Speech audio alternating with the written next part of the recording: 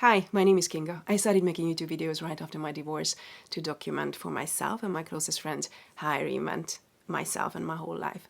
I got a new home, a new job, a new car, and new friends through my manifestation meditations, where I visualized what I wanted or needed, and they all came to me. These were urgent manifestations in need, and they all confirmed for me the power of creative visualization in a meditative state.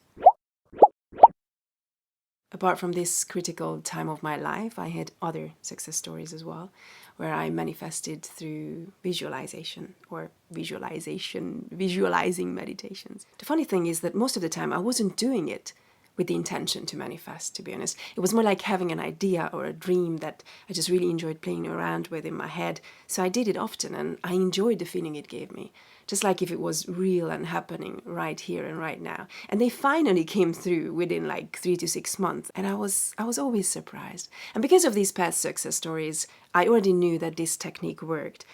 But I sometimes need a reminder myself. My first Manifest Your Dream Home meditation that I published on YouTube has now over 7,000 views. And its little sister, the improved, updated version, is coming close to 3,000. So in total, we could say like 10,000 views for this meditation, which is huge to me, considering that I don't advertise or promote my channel anywhere. In fact, I keep quiet about it.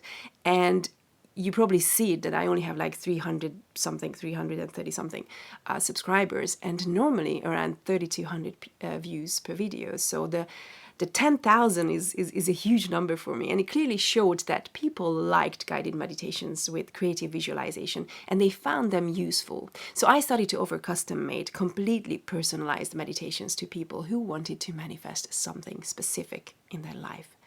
Generic meditations are good too, but not for everyone, and they don't always allow you to focus on your specific desire. So making these meditations fit to each and every person's needs can really do the trick. You can check out more about this service that I offer and the reviews that I got so far on my website, which is kingakramer.com. Yeah, that's correct. That's my name and my website, so kingakramer.com. Detailed or generic visualization? What works best? How precise can you be in visualizing your desires? I personally think that it's good to go into details with certain things when you visualize it in your meditation practices, but it's also good to give some creative freedom and space for surprise to the universe. And there are desires where being precise can limit your chances to a point where it can not only cause huge delays, but can eventually also hinder the whole manifestation process. In this video, I'd like to tell you where I normally go specific and where I think it's necessary to be a bit more generic and allowing. I got a question from a friend the other day when we were talking about visualization.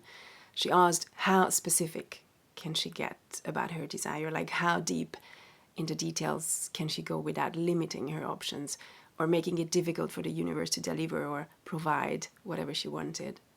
It's a valid question because, many spiritual leaders say that we should know what we want and how it would make us feel, but we should not go too much into details and definitely don't plan on how it should arrive to our life. Let the universe surprise you and bring it to you when you least expect it and when you are ready to receive it. I agree that we should know and ask for what we want, but let the universe determine the how, as in how it gets delivered. And trust me, like most of the times, the way things were actually brought to my reality is something I could have never imagined. In fact, if I had to imagine the how, if I had to plan it or tell the universe how I want it to be delivered, I probably would have said, just let's forget it. It's impossible. There's no way that this can happen. So just decide on the what, and then let the universe surprise you with the how. Okay, but how specific and precise can you get on the what part? This is the question. And I think that we sometimes think we know what is best for us, but a lot of the times we are actually wrong, and this is the case with relationships, for example. I think this is the area where many of us can put together a list of what we want in a partner, yet it may not be the best for us. It may not serve us in our growth, which relationships are supposed to provide, or we may be very far from what we want to attract, and like attracts like. Some say, know what you want and also be that, line up with it, be what you want in a partner in order to attract it. I mean, I don't necessarily believe that we have to become exactly what we want in someone else. We can find others who will nicely complement us, and we will complement them. And many times we are actually attracted to personalities or characteristics we wish we had, but we don't have in us. And we find it in someone, and we just find it extremely attractive. Like, for example, self-confidence, or any other personal traits, in fact. And it's very interesting. In one video, Greg Braden, when he was talking about this as a point of attraction, he also said that after we figure out what was that thing that we actually have lost or just have missing in us, and that particular thing is the one thing that attracts us to someone else. Once we find out what it is, sometimes the attraction can go away, or once we can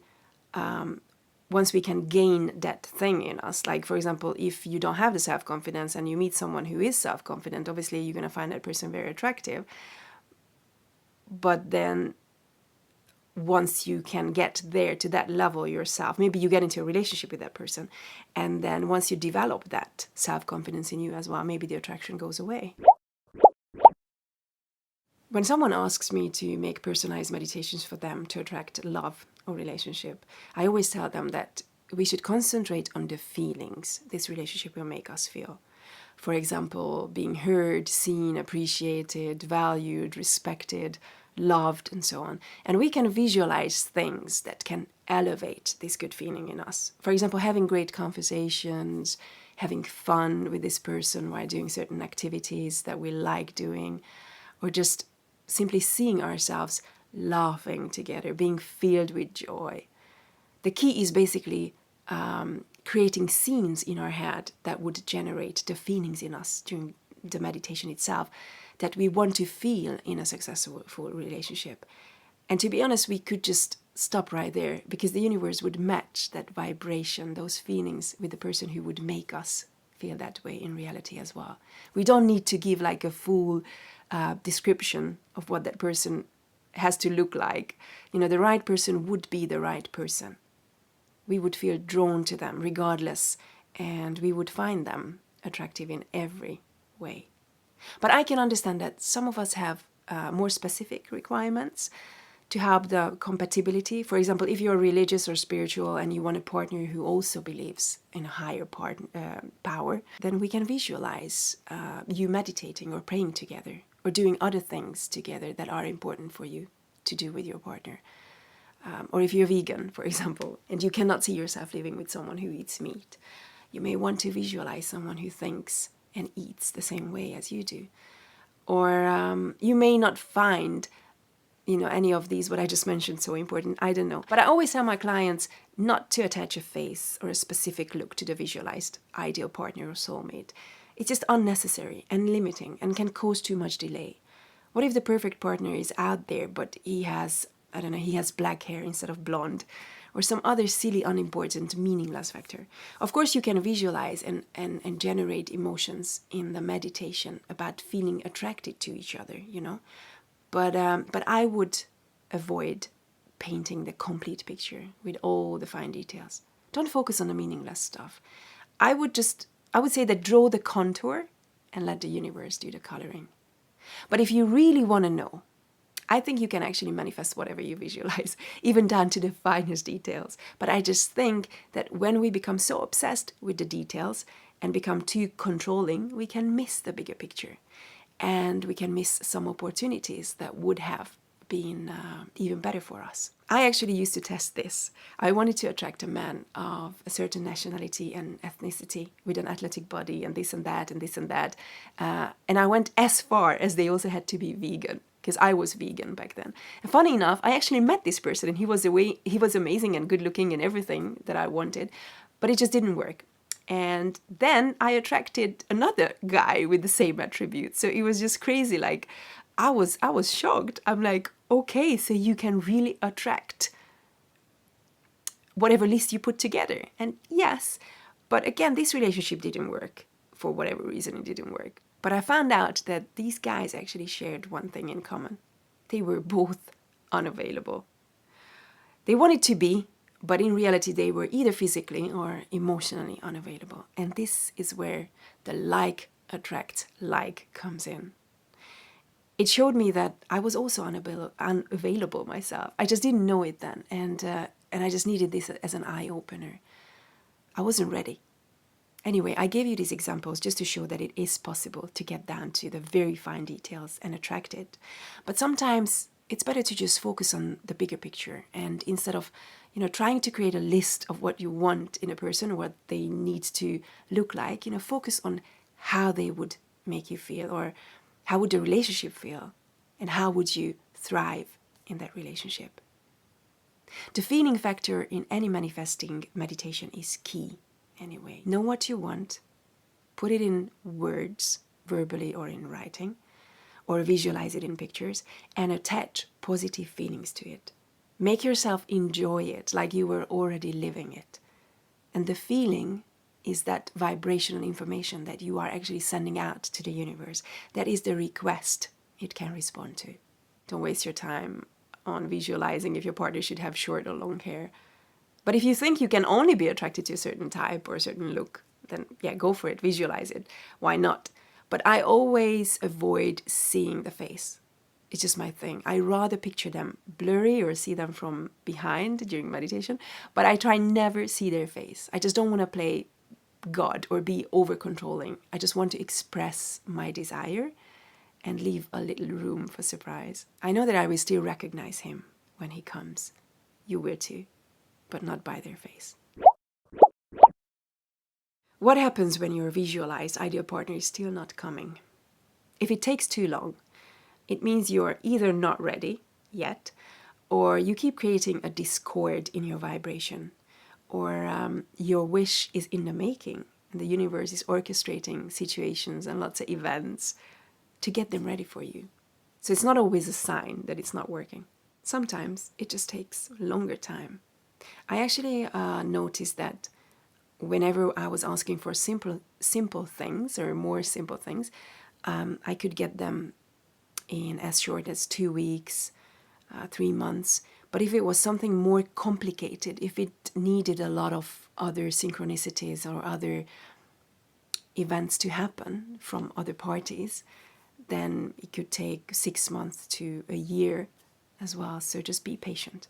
What do I mean by the vibrational discord? I mean, it means that even though you have moments when you can create the feeling of already having your desired partner in your life, for example, while you're doing the meditation, but let's say that during the day you're sad about being single, or you're just spending too much time swiping left and right on dating apps, which all sends out the information that you are still single. You're searching because you have not found love yet. So you're trying to manifest from the feeling of lack, which is, it's just not, it's confusing to the field.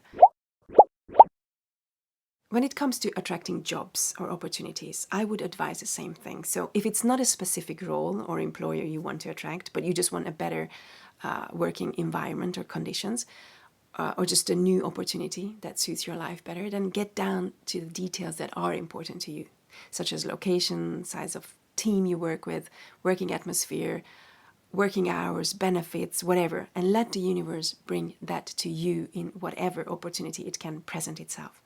You do not need to figure out every detail by yourself, just the ones that you find important.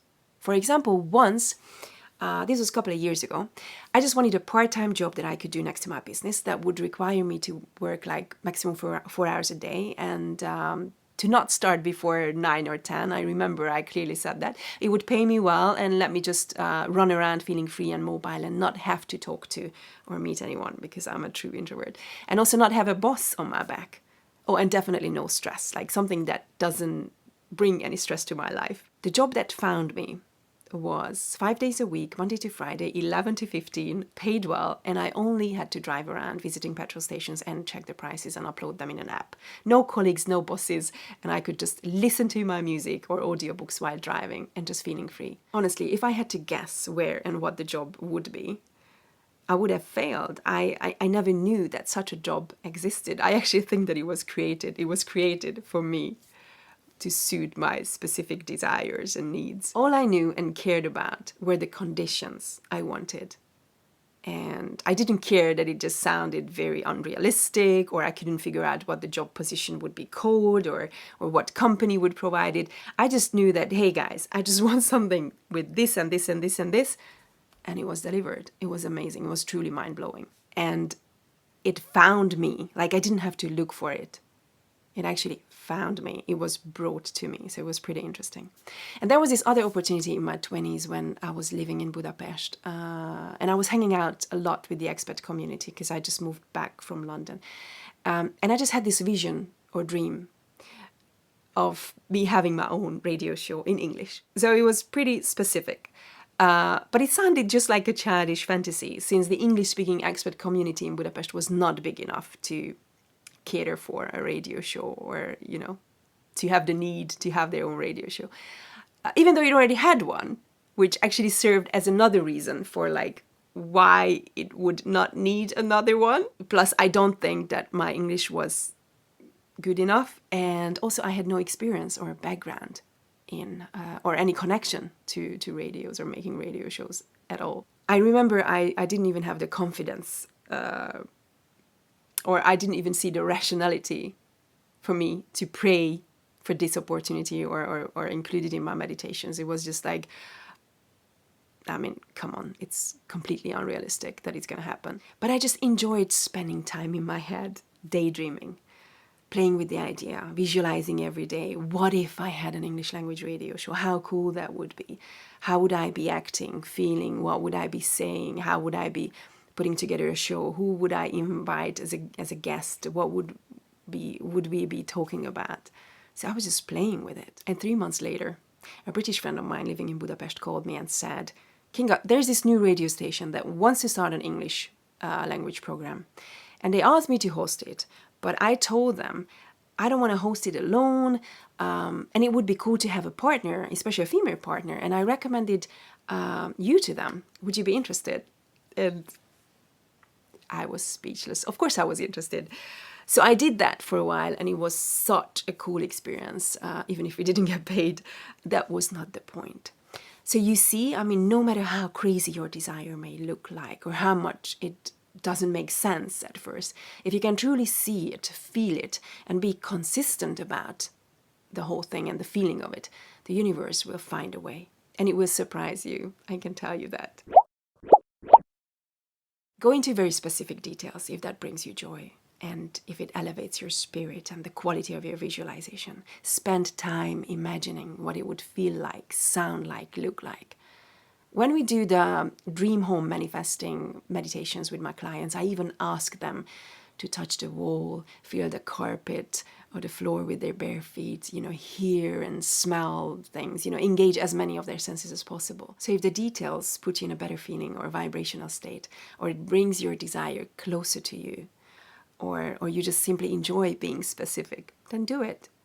But if there are things that are not that important to you at this stage, for example, the color of the wall in your dream home, or the hair length or eye color in your dream partner, they may be for some people, I don't know, or what the name of your dream position will be, or which company would offer that to you, then just, you know, don't waste your time on it. Don't force yourself. Don't stress over it. Just focus on what's important at this stage, and just know that the ability to attract whatever you want is in you. It's a skill that you can develop through knowledge and practice. Understanding how manifestation works is the first, obviously. Having your own visualization, meditation, getting into the right feeling state and doing it daily, ideally twice a day. And it will show up. Once the time is right, once you are ready for it, it will show up. Now, if you need any help in creating your guided meditation, you know where to find me. Hope to keep in touch with you, and see you next week. Take care. Bye-bye.